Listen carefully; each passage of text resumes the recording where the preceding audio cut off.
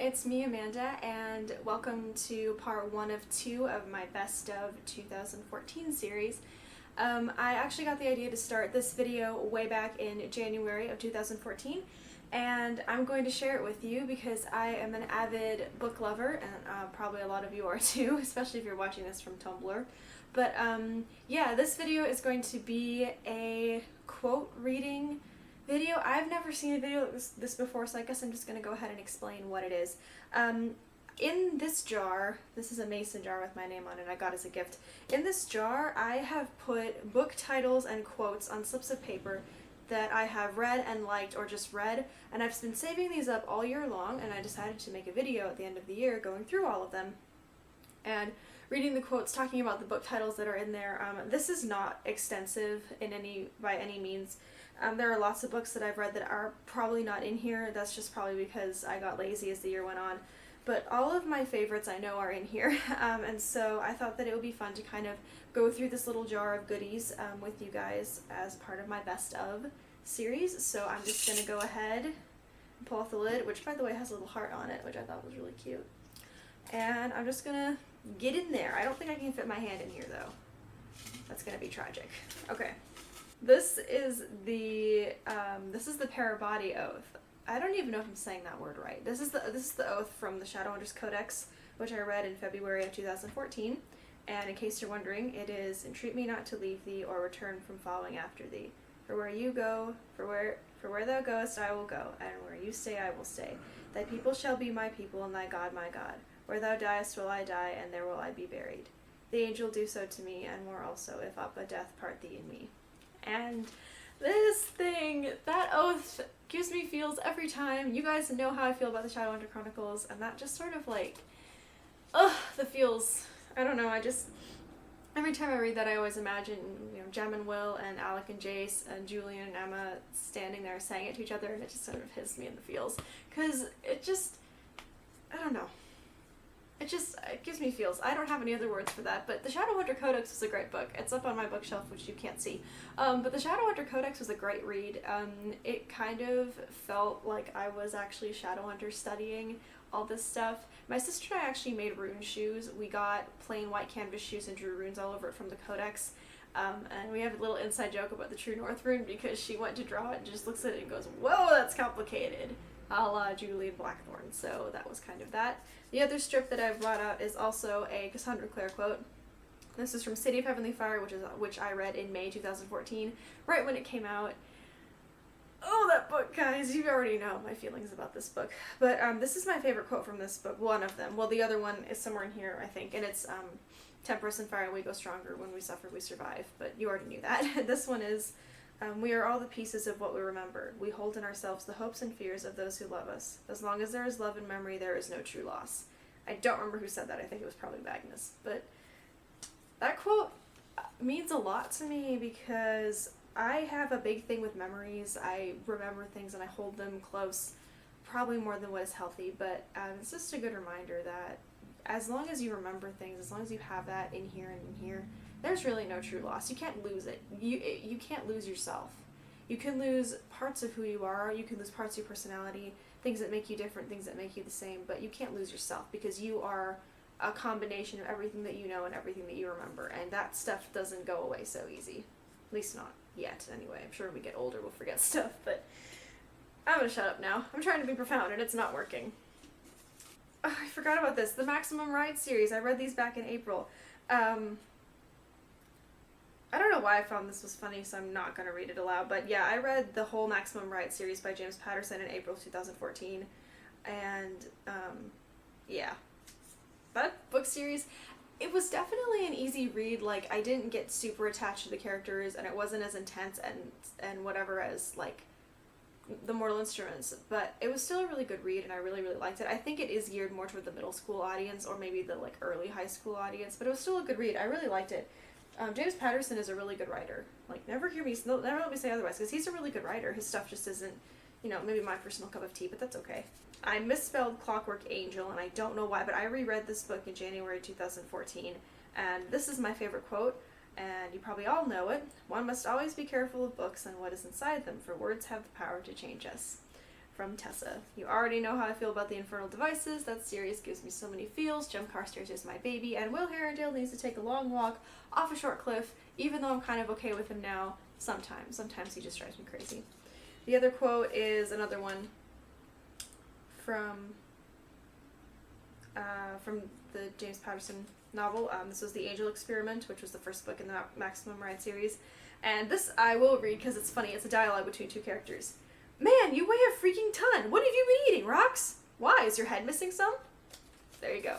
Next time somebody says that, use that line. I just put the titles in here. The Scorpio Races by Maggie.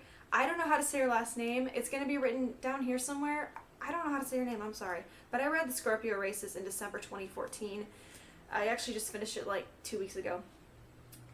It was okay. It didn't pull me in as much as the Raven Cycle did, which I do have stuff from the Raven Cycle in here eventually. The Raven Cycle was really good. The Scorpio Races, it was okay. I didn't get pulled in as automatically as I thought that I would. It was still a good read. I liked it. It just wasn't my favorite, and I don't think that I would reread it like I would reread the Raven Cycle, but that's just me. The other one is just the title, and it's The Blood of Olympus by Rick Riordan that came out in October 2014. I read it as soon as it came out, and I actually had lots of mixed feelings about that book. I had high hopes for it, and a lot of the stuff did happen, and some stuff didn't happen that I'd hoped would happen, but Rick Riordan's books they were my adolescence. I started reading them when I was 12, and I ended reading them when I was 16 now, so it's been I've kind of grown up with Percy in that sense. So ending the series was very bittersweet for me. The book was really good. Some stuff that happened I didn't agree with, but I really enjoyed getting Nico and Raina's point of view because they're awesome, and Raina has a really cool name. I would try to say it, but I have friends that speak fluent Spanish, and I would butcher it, and they would kill me. So I'm not going to do that, but I really did enjoy that book overall. Rick did it again. He wrote a very good conclusion to a series that has changed probably millions of lives, and mine has been one of them. So I really did like that book. It was my childhood, and Mortal Instruments is my adolescence. Feels! I actually don't remember this book. I read a book called Starters by Alyssa Price. Oh no, I do remember this one. Okay, Starters by Alyssa Price was about a girl who sold herself to the government. Not like that though, that sounds wrong. She allowed her body to be used by older people to it was futuristic. The older people could put themselves into the younger people's bodies and control their bodies and be young for however much time. And the young people that gave up their bodies got paid to do that. So Starters was a really good book. I can't believe I don't remember it. That was almost a year ago though, so don't shoot me. I thought Starters was really good. It really made me think, and it was a good premise, but obviously not memorable if I didn't remember it. Jeez, I feel really bad about that. I have the Raven Boys trilogy. Sorry, our phone's ringing, what the heck. The Raven Boys trilogy by Maggie, whose last name I can't pronounce, and I read these all in November. I think there's another book coming out. There better be, because it left off at a freaking cliffhanger. But I'm calling it a trilogy because there's 3 books that I've read. The Raven Boys, my gosh, that book series was great. I had a hard time getting into it at first, but then I realized that the writing style was such that you kind of get to know the characters. It's like a real-life friendship. You don't know very much about them at first, and then as it progresses and you go through more with the characters, you get to learn more about them. It's like a friendship. And once I was able to understand that, I was like, oh, okay, that makes sense. So I really liked it. The characters have really grown on me. I can't choose a favorite Raven Boy. Sorry to disappoint. I like that it's not focusing on the romance so much. I mean, it's more focused about their journey and less about the romance, which I'm happy about because I'm really done with the whole cliche romantic thing, to be quite honest. So I really like the Raven Boys trilogy, series, whatever, and the next book better come out soon or someone is going to die. Okay, this is from The Fault in Our Stars, which I read in February 2014, and the quote is, "I'm sorry, ma'am, your daughter's car has just been deservingly egged by a blind man. Please go back indoors or we will be forced to call the police," which was said by Augustus Waters. And I thought that quote was funny because it sounds like something that I would say. My sister agrees. The Fault in Our Stars, I read it before all the hype happened just because I wanted to get ahead of the hype and form my own opinions before Tumblr and the media swayed me. So I really liked that book. I thought that it was really good. John Green, in my opinion, did a really good job of showing what it's like to live with a disease, sickness that's controlling your life, how it's not it's not to be, what's the word I'm looking for? It is not to be glamorized or romanticized in any way. It sucks. And I liked that representation because I'm living with Lyme disease, and Lyme disease sucks too, except for I don't get to die from it. I get to live the rest of my life with this. But anyway, I really liked his representation. Augustus is really funny, so is Isaac. I mean, I've kind of gotten over my like of it just because of what the media's like, you know, turned it into. But I liked it. I liked the deep existential stuff in there. John Green is a really good writer, in my humble opinion. I read Milton's Paradise Lost in June of 2014, and I quoted this probably because it was in the Mortal Instruments, but also because I like it. And it says, "Freely we serve because we freely love, as in our will, to love or not, in this we stand and fall." I don't think I read that meter right. I had the same problem with Shakespeare. I'm sorry. But Paradise Lost was really good. I liked that he was a Christian because I am too, and so I could really get the allegorical stuff. And plus that quote was in the Mortal Instruments, so hey! I read The 100 and Day 21 by Cass Morgan in November, and if you don't know, The 100, the CW TV show, was based off of those books. Those books are great. I think that they're gonna be like the next Mortal Instruments for me, meaning the next fandom that I'm super obsessed with. I can't stop smiling when I talk about them. Those books are just, the characters and the idea and the scenery, I can't like formulate thoughts about them. They're just really good. I haven't watched the TV show yet, don't shoot me. I haven't had time, and my sister and I wanted to finish Agents of S.H.I.E.L.D. and Gossip Girl. But then after that we're gonna watch The 100, and I can't wait because I know that it's gonna be different from the books. There's characters in that aren't in the books, but I just mostly want to see Clark being, you know, the bad A that she is, and Bellamy being stupid, and Wells, ugh, and all that stuff. Like, I just want to see it, just see the characters in some aspect come to life. Plus, I've seen a little bit of the pilot, and Clark is already fantastic. Like, I'm just saying. So the quote that I wrote, made me laugh because it's just so Bellamy. The quote is, "Bellamy didn't know why the ancient humans even bothered doing drugs. What was the point of shooting junk into your veins when walking through the forest had the same effect?" And I can confirm that that's true. There were some forests where I lived in Minnesota, and it was gorgeous, and I could stay there for hours. I wrote front and back on this. This is a quote from The Dream Thieves, which is one of the Raven Boys books. I'll read this whole thing. You guys are gonna love me for this. "A secret is a strange thing. There are 3 kinds of secrets. One is the sort everyone knows about, the sort you need at least 2 people for. One to keep it, one to never know. The second is a harder kind of secret, one you keep from yourself.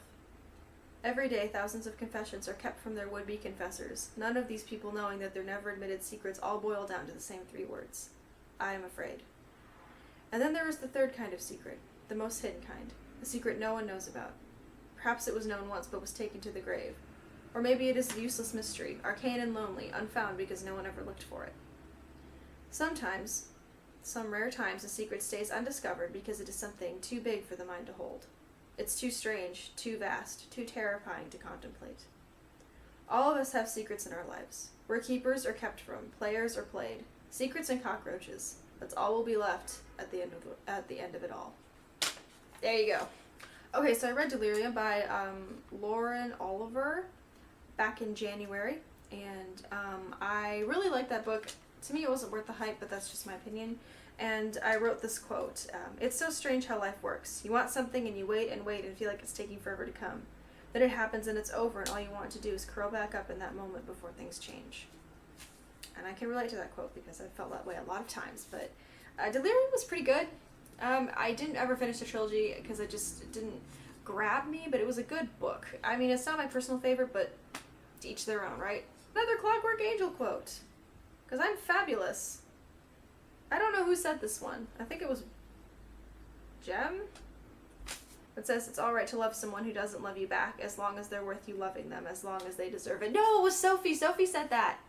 Duh. I'm an idiot. I forgot that she said that. She has the good lines. Oh yes, I read The Phantom Menace by Terry Brooks in January. That was a Star Wars novel. I have weird tastes, don't judge me. I read The Phantom Menace, which is like a novelization of the Star Wars movie, The Phantom Menace. If you haven't watched it, watch Star Wars. It's good. Watch it. I command you.